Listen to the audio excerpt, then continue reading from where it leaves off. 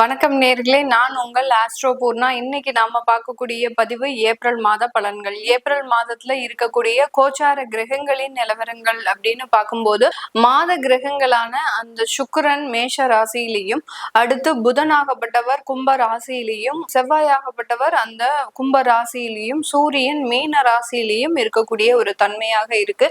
வருட கிரகங்களான குரு பகவான் மிதுன ராசியிலையும், கேது பகவான் சிம்ம ராசியிலையும், ராகு பகவான் கும்ப ராசியிலையும், சனி பகவான் மீன ராசியிலையும் இயல்பு தன்மையோட இருக்கிறாங்க. இதுதான் இந்த மாதத்துல இருக்கக்கூடிய கோச்சார கிரகங்களின் நிலவரங்கள். ஒவ்வொரு ராசி என்பர்களுக்கும் கிடைக்கக்கூடிய ஒரு மாற்றங்களை பற்றியும் பலன்களை பற்றியும் இந்த பதிவுல தெளிவா பார்க்க போறோம். இந்த சேனலை முதன்முறையா பாக்குறீங்க அப்படின்னா சப்ஸ்கிரைப் பண்ணிக்கோங்க. பெல் பட்டன்ல ஆல் ஆப்ஷன் சூஸ் பண்ணிக்கோங்க. கும்பராசி என்பர்கள் வாழ்க்கையில நிறைய ஒரு வெற்றி பாதைகளோடு இருந்த கும்பராசி என்பர்கள் கடந்த 1.5 வருடங்களாக வெறும் தோல்விகளையும் ஒரு கரடுமுரடான பாதைகளையும் பயணிச்சிட்டு இருக்கக்கூடியவர்கள் இந்த கும்பராசி என்பர்கள். இது நாள் வரைக்கும் என்னுடைய வாழ்க்கையில இந்த மாதிரியான ஒரு சோகமான துயரங்கள் அப்படின்றத நான் அனுபவித்ததே கிடையாது. நல்ல ஒரு எளிமையான வாழ்க்கை வாழ்ந்தாலும் ஒரு நல்ல விதமாக வாழக்கூடிய ஒரு அமைப்பு வாய்ந்தவர்கள் இந்த கும்பராசி என்பர்கள். இப்படிப்பட்ட இந்த கும்பராசி என்பர்களுக்கு கடந்த 1.5 வருடங்களாக நடக்கக்கூடாத துயரங்கள், நடக்கக்கூடாத விபத்துகள், நடக்கக்கூடாத திருமண உறவுகள், பிரிவுகள், இது எல்லாமே நடந்திருக்கு. இது எல்லாத்துக்குமே காரணம் உங்களுடைய ராசியின் மீது பயணிக்கக்கூடிய அந்த ராகு பகவான். அவர் உங்களுடைய மனநிலையை எப்போதுமே ஒரு எதிர்மறையாக வைத்துட்டு இருக்கிறார். அந்த மனநிலையின் காரணமாக சில தேவையில்லாத முடிவுகளை எடுத்து, அவசர முடிவுகள் அப்படின்னு சொல்லுவோம் இல்லையா, அந்த மாதிரியாக அவசர முடிவுகளை எடுத்து அவசரமான விஷயங்கள்ல தேவையில்லாத பிரச்சனைகளை அனுபவித்து கொண்டிருக்கின்ற இந்த கும்பராசி என்பர்களுக்கு இந்த ஏப்ரல் மாதத்துல விடிவுகள் வருமா, நிவர்த்திகள் வருமா அப்படின்னு கேட்டீங்கன்னா, ராகு பகவான் உங்களுடைய ராசியிலிருந்து கடக்கிற வரைக்கும் அந்த விடிவுகள் வந்தாலும் அதை ஏற்றுக்கொள்ள முடியாத ஒரு மனநிலையில தான் இருக்கக்கூடிய ஒரு நபர்கள். நிறைய பேருக்கு வேலை வாய்ப்புகள் வந்தாலும் அந்த வேலை வாய்ப்புகளை ரிஜெக்ட் பண்ணக்கூடிய ஒரு அமைப்புகள் அப்படின்றது கண்டிப்பாக இருக்கும். நான் குடும்பத்தோட சேர்ந்து இருக்கணும், என்னை விட்டா குடும்பத்துக்கு யாரும் கிடையாது, அதனால குடும்பத்துல இருக்கக்கூடிய நபர்கள் ரொம்ப பிரச்சனைக்கு ஆளாகிடுவாங்க அப்படின்னு கிடைக்கக்கூடிய வாய்ப்புகளையுமே நிராகரித்து செயல்படக்கூடிய ஒரு நபர்களாக தான் இந்த கும்பராசி என்பர்கள் இருக்கிறாங்க. நிறைய பேருக்கு பாத்தீங்கன்னா மூட்டு அறுவை சிகிச்சை அப்படின்ற மாதிரியான சில விஷயங்களும், இருதய அறுவை சிகிச்சை அப்படின்ற மாதிரியான விஷயங்களும் கடந்த காலத்துல நடந்துட்டு இருக்கிறோம். அதே சமயத்துல இந்த கும்பராசி என்பவர்களுக்கு மருத்துவம் சார்ந்த செலவுகளும் அதிகரிச்சுக்கிட்டே இருக்கு. ஒரு நாளுக்கு நாள் பாத்தீங்கன்னா மருத்துவத்துல நம்மளுக்கு ஏதாவது ஒரு சின்ன பிரச்சனைகள் வந்தாலும் அது நிவர்த்தி ஆயிடும் அப்படின்ற ஒரு எண்ணங்கள் மறைந்து, இனிமேல் நம்மளுடைய உடம்ப எந்த ஒரு தெய்வம் வந்தாலும் காப்பாற்ற முடியாது அப்படின்ற ஒரு மனநிலைக்கு போயிட்டீங்க. அந்த அளவுக்கு அந்த உடல் ரீதியான சில பிரச்சனைகள் அதிகரிச்சுக்கிட்டே இருக்கே ஒழிய இந்த கும்பராசி என்பர்களுக்கு குறைந்த ஒரு விஷயங்கள் கண்டிப்பாக இல்லை. இதற்கு இந்த ஏப்ரல் மாதத்துல ஏற்படக்கூடிய சில கோச்சார கிரகங்களின் மாற்றங்கள் பாத்தீங்கன்னா, செவ்வாய் பகவான் உங்களுடைய ராசியிலிருந்து வெளியேறி போயிடுறாரு. அதனால கண்டிப்பாக அந்த மருத்துவ சிகிச்சைகள்ல கொஞ்சம் முன்னேற்றங்கள் ஏற்படக்கூடிய ஒரு நேரமாகவும், சில பேர் பெட்ரிடனாவே இருந்து ஒரு மீளாத ஒரு துயரத்துல இருப்பீங்க. என்னடா இது வாழ்க்கை அப்படின்ற மாதிரியாக இருப்பீங்க. அதிலிருந்து மீண்டு எழக்கூடிய ஒரு நேரமாகவும் தான் இந்த ஏப்ரல் மாதம் இருக்க போது. உங்களுடைய களத்திர ஸ்தானாதிபதியாகப்பட்ட அந்த சூரியன் ஆகப்பட்டவர் 3ஆம் இடத்திற்கு உச்சம் அடைகிறார். அதனால ஏதாவது ஒரு அதிகப்படியான ஒரு நோய்கள் இருக்கு அப்படின்னா நீங்க மாற்று மருத்துவம் அப்படின்றது எடுத்துக்கிறது நல்லது.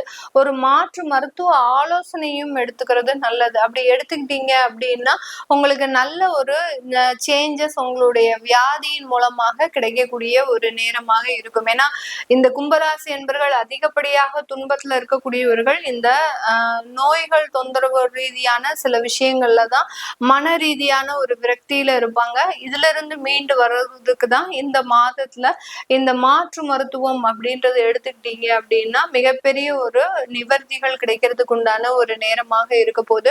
இந்த காலகட்டம் இந்த கும்பராசி என்பர்களுக்கு காதல் சம்பந்தப்பட்ட சில விஷயங்கள்ல மிகப்பெரிய ஒரு தோல்விகள் அப்படின்றது கண்டிப்பாக இருந்திருக்கும்.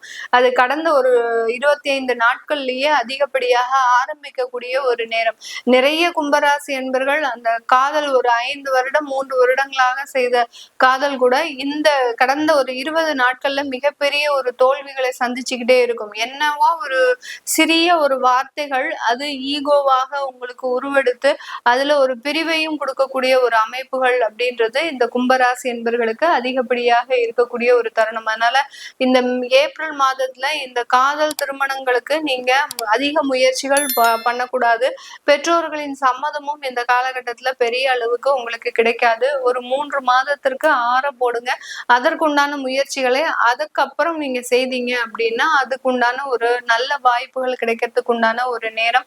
அரசாங்க உத்தியோகத்துல வேலை செய்யறவங்களுக்கு ஒரு இடமாற்றங்கள் அப்படின்றது இந்த கும்பராசி என்பர்களுக்கு இருக்கு.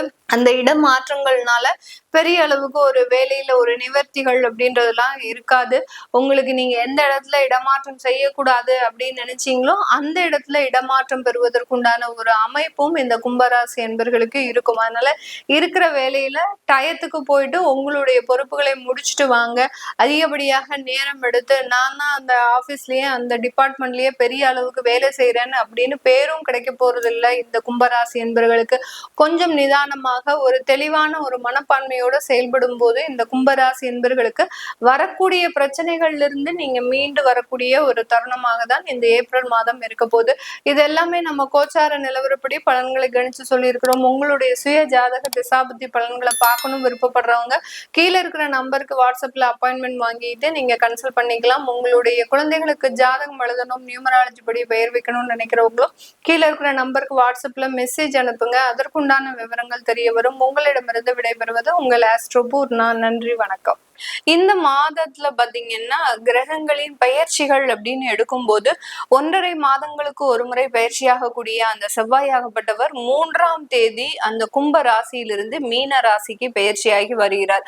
இந்த கும்ப ராசியில இருக்கக்கூடிய ஒரு தருணங்கள் தான் அதிகப்படியான உலகெங்கும் இருக்கக்கூடிய சில இடங்கள்ல நிறைய ஒரு போர் சம்பந்தப்பட்ட சில பிரச்சனைகளும் அதிகப்படியான உயிரிழப்புகளும் ஏற்படக்கூடிய ஒரு தருணமாக இருக்கு.